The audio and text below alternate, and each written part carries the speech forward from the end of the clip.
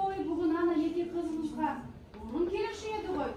Мүлдем есімізден шығып кетті ғой. Бар жүгір ана жеңгелеріне қызды дайындасын. О, жеңеше, сәлем бердік. Айдай сұлу тұрған аға жеңеше. Қош келдіңіздер. Нұрданымызға сіздерде келді дегенде бізде дайын. Ойды дейма? Ой, бұл өзіміздің әжеміздің тірлігі ғой.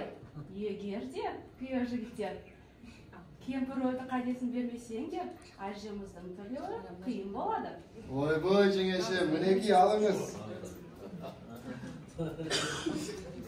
Ой, қандай керемет. Ой, абысын, әдемі екен. Осы жолы маған беріңізші. Келінжан, аманатқа қиянат жасауға болмайды. Мынаны алып, әжемізге беріңдер. Ой, әрине, жақсы.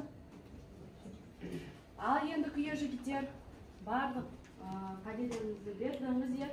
Енді ішке қарайтып қарамыздер. Ой, бұл не дегеніңіз? Қақпақан тастап бермей, қайда кіреміз асығып? Ой, жеңеше, сол да сөз болып па? Берші.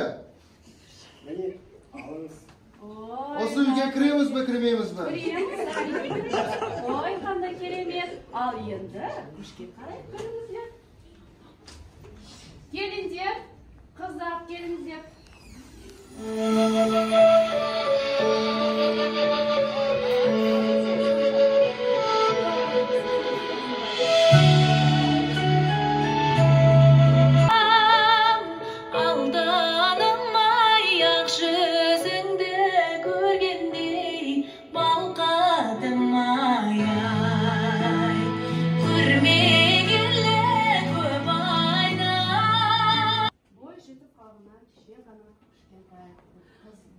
Ал мене бүгін ұзақтылып бара жатыр. Әй, қап қолымды. Ой, көрмай. Қоз қандай берген қолынан ұстарға болмайды күйеу жігіт. Ой, жеңеше, асыл жеңеше. Міне, алыңыз. Ой, рахмет. Ал міне, енді қолынан ұстарға болады. Берік бол, бағын бар екен, өлімдей сұлу екен. Сіңілері жоқ бекен. Қой екенсіңдер ғой, шаш сипағанның өзінің бір бақыт. Шаш сипаттар қайда жігіттер? Ой, жеңеше, сол да сөз болып па? Мінеки алыңыз. Ой, рахмет, солай демейсің бе? Енді рұқсат.